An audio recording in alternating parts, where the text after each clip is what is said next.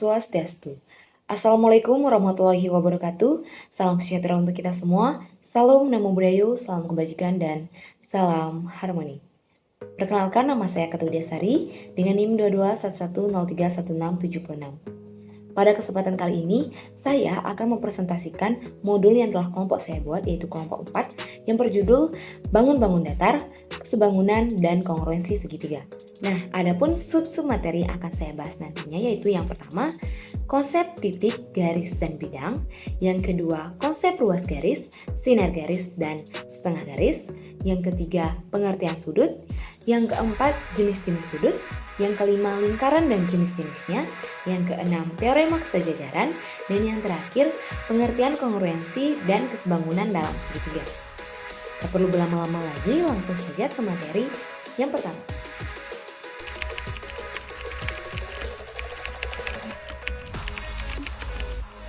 Materi pertama yaitu konsep titik, garis, dan bidang. Dalam geometri, istilah-istilah ini memiliki arti yang serupa. Berbeda dengan objek di dunia nyata yang memodelkan bentuk tersebut. Titik, garis, dan bidang tidak memiliki ukuran sebenarnya. Titik, garis, dan bidang adalah bahan penyusun dasar yang digunakan dalam geometri. Mereka dapat digunakan untuk mendeskripsikan objek di dunia nyata. Misalnya layang-layang dapat memodelkan garis, sudut, dan bidang dalam 2 dimensi dan 3 dimensi. Dalam konsep titik, garis, dan bidang, sebuah titik hanyalah sebuah lokasi. Lalu, sebuah garis terdiri dari titik-titik dan tidak mempunyai ketebalan atau lebar. Nah, titik-titik pada garis yang sama dikatakan segaris. Lalu, bidang adalah permukaan datar yang terdiri dari titik-titik.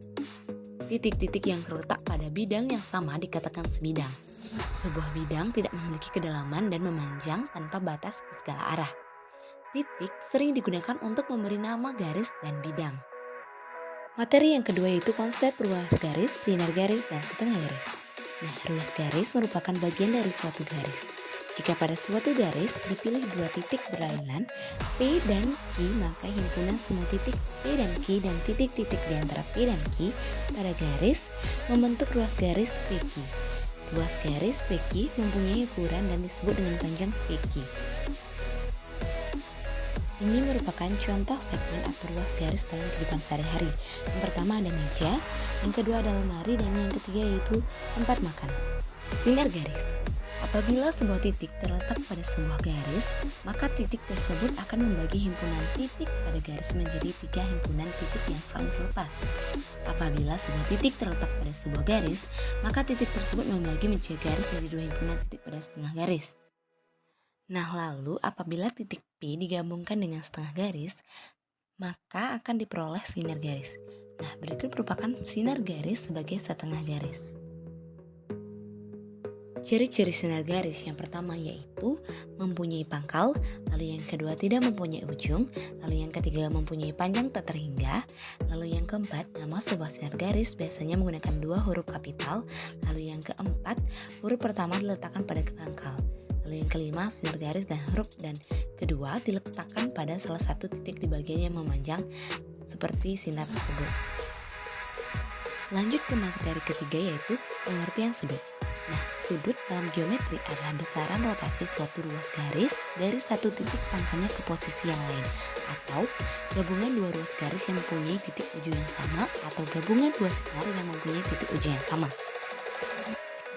Adapun jenis sudut yaitu yang pertama sudut lancip, sudut siku-siku, sudut tumpul, sudut lurus, sudut refleks, dan yang terakhir yaitu sudut satu putaran penuh. Lanjut ke materi keempat yaitu lingkaran dan unsur-unsurnya. Lingkaran adalah garis lengkung yang bertemu kedua ujungnya dan semua titik yang terletak pada garis lengkung itu mempunyai jarak yang sama terhadap sebuah titik tertentu. Panjang garis lingkaran lengkung yang bertemu kedua ujungnya disebut keliling. Daerah yang diarsir disebut dengan bidang lingkaran. Yang selanjutnya disebut luas lingkaran. Adapun unsur-unsur dari lingkaran yaitu titik pusat, jari-jari, diameter, busur, tali busur, tembereng, juring, dan apotema. Lanjut ke materi selanjutnya yaitu teorema kesejajaran. Teorema merupakan suatu pernyataan matematika yang masih memerlukan pembuktian serta pernyataan yang dapat ditunjukkan nilai sebenarnya atau juga nilai benar. Nah, pada gambar tersebut bisa kita lihat jika dua garis dipotong oleh garis melintang membentuk sudut sehadap yang sama besar, maka dua garis tersebut disebut sejajar.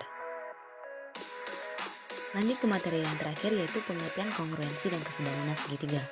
Kongruen adalah suatu keadaan dua bangun yang datar, yang sama dan sebangun serta sudut-sudut yang terletak sama besar. Apabila ada dua segitiga kongruen atau sama dan sebangun, maka sudut yang bersesuaian memiliki besar sama, lalu sisi yang bersesuaian memiliki panjang yang sama. Kongruen memiliki tiga sifat, yaitu yang pertama sifat refleksi. Untuk setiap ruas garis AB, berlaku AB sama dengan AB untuk setiap ABC sama dengan ABC. Lalu yang kedua sifat simetri. Jika AB sama dengan PQ, maka PQ sama dengan AB. Jika ABC sama dengan PQR, maka PQR sama dengan ABC. Lalu yang terakhir yaitu sifat transitif. Jika AB sama dengan PQ, PQ sama dengan XY, maka AB sama dengan XY. Jika ABC sama dengan PXR, maka PXR sama dengan XYZ, maka ABC sama dengan XYZ. Lalu ada syarat dua segitiga sebangun, di mana segitiga sebangun berdasarkan sudut-sudut bersesuaian, segitiga sebangun berdasarkan sisi-sisi bersesuaian, kesebangunan segitiga berpotongan pada dua sisi dan sudut yang diapit oleh keduanya. Dan apabila dua buah segitiga dan sudutnya bersesuaian, maka dua segitiga tersebut dipastikan memiliki kesebangunan atas bangun. Dan apabila terdapat dua buah segitiga yang memiliki sisi sebanding atau besar perbandingannya sama-sama, maka sudutnya memiliki kesesuaian yang sebesar-besarnya. Dan apabila terdapat dua segitiga di mana segitiga tersebut terdapat sebuah sudut yang besarnya yang sama serta sisi yang diapit sudut perbandingannya sama, akibatnya kedua segitiga tersebut memiliki kesebangunan atas bangun.